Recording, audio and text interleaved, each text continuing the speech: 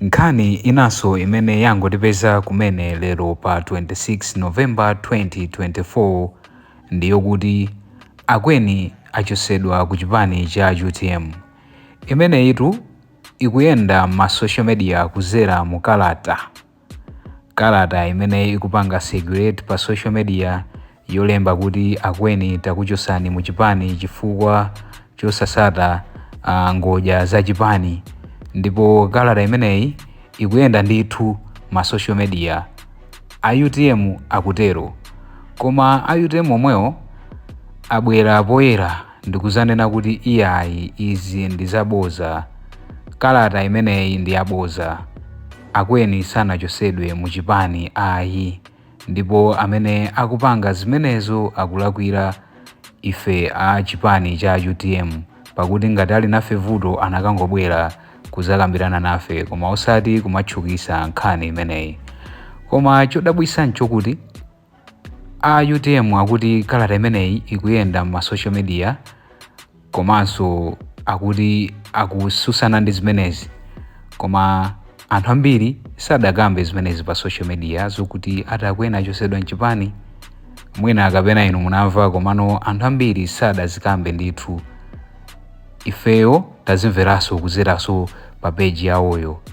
Kalata imeneyinso tayioneranso kuzera pa page yawoyo, ndipo amene amayipanga post kalata imeneyi sadayilembenso kuti fake, angoyipanga post ndi kufotokoza kuti ndi description yofotokoza kuti zimene zikupanga zikutchukazi zimenezi ndi zaboza, zimenezi talemba si ifeyo, koma ife kalatayi tinali tisanayione kuna kulikonse, tayionera pa page pawo pompo.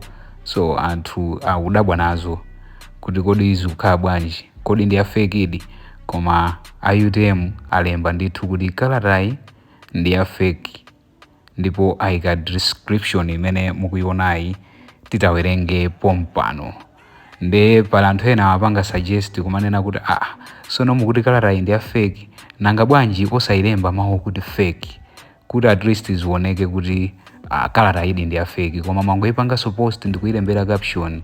Anthu ena aziwa bwanji kuti ndi ya fake akangoona kalata yokhayi musanayilembere mawu okuti fake, chifukwa chinthu cha fake ngati mukuchipanga post pa page yanu yokuti ndi ya serious ende nkhaniyo simukugwirizana nayo, zimafunika kuti mukayipanga post ndi kulembanso kuti fake pa chipicture chomwecho, kuchitira kuti anthu ena mwina angoona picture yokhayo saona description kapena kuti caption, ndi zimathandizira kuti kalata iji akamayiona komanso pakhale chimawu cholemba kuti fake, koma izi amene apanga postiwo sadalembe.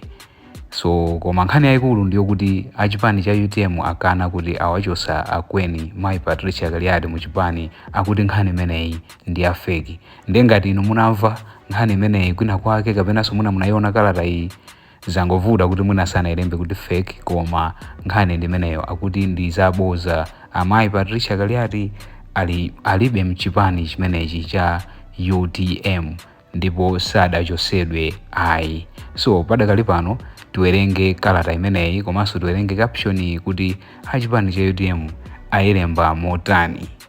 Mukhale pompo pakuti pano ndi pamene maziwa chilungamo chenicheni, kupewa kuti muzinamizidwa makamaka tikunena ndinu amene ngati kalata iyi munayiona kwina kwake tikuti ndi ya fake. So pano tiwerenge kuti a UTM alemba kuti chani zokhuzana ndi kalata. So kuchitira kwa amene kalata imeneyi simunayione, yalembedwa kuti letter of expulsion, notification of expulsion from UTM party. Dear Honorable Patricia Kaliati, this letter serves as formal notice of expulsion from the United Transformation Movement UTM and terminations as Secretary General, effective immediately. The decision has been made in light of your misconduct following the recent UTM convention, where you publicly expressed the frustration and disappointment with the election's results. The Central Executive Committee of the party found you guilty of 2 misconducts contrary to the UTM constitutions. As a result, you cease to be a senior member of the party and you are barred from from using UTM properly, legal years, and anything associated with our party colors. Your actions have been deemed unacceptable and have brought the party into added disrepute despite your dedication to the party. Your recent behavior has made it clear that it is in the best interest of UTM to move forward with new leadership. You are expected to return all party property, including documents and equipment, to the UTM headquarters immediately. You will receive payment of any accrued benefits, including vacation time, in accordance with party policies. Please note that this decision is final and binding. You are still bound by the confidentiality and non-disclosure agreements you signed during our tenure as Secretary General. So imene yati ndikalata imene ikunenedwa kuti yafeki, komano kwa munthu oganizadi, munthu kalata ukaiwerenga ukumayionadi kuti ndi yafeki. Even my letters, like my spellings, ena ndi aboza, chizungu chinacho chosiyana. So the whole public relation officer wa Chipani sangalembedi zimenezi zichita kuoneka kuti izi zinthu za fake. So ifeso tikuona kuti zinthu izi ndi za fake, ndi za fake ndithu, kalata yosamveka. Enda kukamba za Secretary General pomwe padakali pano mayi Patricia Kaliati sa Secretary General. So nkhani ndithu ikuoneka kuti ndi a fake. So apa tiwerengeno caption imene adayika pamene amayika poster imeneyi, kuti ayilemba kuti chani caption imene. So poster imene amayika pa Facebook sikuti anangoyika, koma analemba caption kuti condemning the circulation of the fake statements. It has come to my attention that the fake letter purportedly used in my name is being circulated. This letter, clearly designed to mislead the public and divert attention from real issues, is the work of desperate individuals who have chosen dishonesty over integrity. I want to categorically state that the letter in question is not mine. The tone, language, and overall presentation are vastly different from my writing style. The childish and unprofessional nature of the statement is evident to anyone familiar with my work. This practice of fabricating documents and attributing them to the others is not only unethical but also harmful to public discourse. Actually, it undermines the principles of the truth and transparency that are essential for building a just society. I strongly condemn these actions and urge those involved to reflect on the damage they are causing. Resorting to lies and deceit is a sign of weakness and desperation. If you have concerns or issues, let us address them honestly and constructively, rather than hiding behind forged statements. To the public, I urge you to remain vigilant and question the authenticity of information before accepting it as fact. Let us all work together to uphold truth and reject the tactics of those who seek to divine us through falsehoods.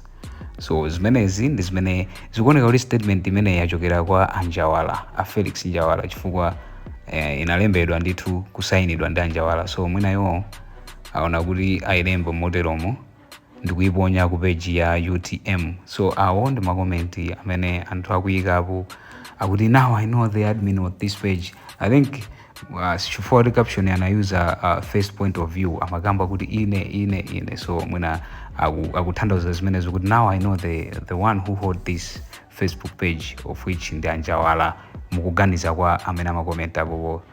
Baba Mahame akuti my beloved party UTM forever. Ede akuti ndale pena sungazimvetse. Chimangeni mapiko kuti ayamba kutuluka thukuta mkamwa ndiye gemu sinati. Lionel ayaza kuti even the layout shows itself. So awa ndiwo takugwirizanaso ndizo kuti kalata imeneyi olatayiona kwawoko before apapa anayiona kuti ndiya fake. Lafayo akuti totally fake as Kaliati is not the SG of UTM. Izo ndi zimenezo timagamba zija. Aluwis akuti anyamata MCP awa. Daliso Tembo akuti a word your media guy add the word fake in bold letters over the purported letter. I mean fake letter. The way it is, you are more or less endorsing the allegations through your page. Zimene timanena zija kuti adakayikadi ka fake osati kungoipanga post zili ngati kuti amene angaone picture yekhayo aziona ngati nkhani ndiyoona, koma akayika ka fake kaja zimathandizira kuti munthu oonayo aziona kuti kodi ndi cha fake chinthuchi. So next time media team ya Chipani chimene cha UTM musazayiwale kuyikapo kuti fake zimathandizira anthu amene angoona zachangu kapena amene angaone picture yokha opanda kuwerenga caption yanu ija. Who is behind this condemning statement, President? Felix akuti Sono Kaliati ndi Secretary General amene walemba ichi ndi ndani? Pratel akuti mayi wajera uyo. Tina akuti it is well. Shekira akuti Chipani ndi chomwechi. Sinde akuti yaboza iyi. Catherine akuti koma MCP ndi Kaliati ayi niyo mulankhula mukulimbana naye choncho bwanji ndisireni munthu wanga. Mani Chiku akuti mopwetekana. Side Destiny akuti UTM yatha basi. Mike Nkabi Malinda kuti zikuchita kuoneka kuti nzopanda dongotsolo. Legend akuti campaign tipanga. So monga penera nena kuti pali ma comment ambirimbiri ndithu amene akuyikapo pamenepa, koma chachikulu ndicho kuti Mai Patricia Kaliati sadachotsedwe ku Chipani cha UTM, ndipo zimenezi zasimikizika pa page yawo ya UTM. So ngati ena munamva kapena munaona pena pake, chifukwa ife tanena kale kuti taonera pa page ya UTM tidali tisanaone.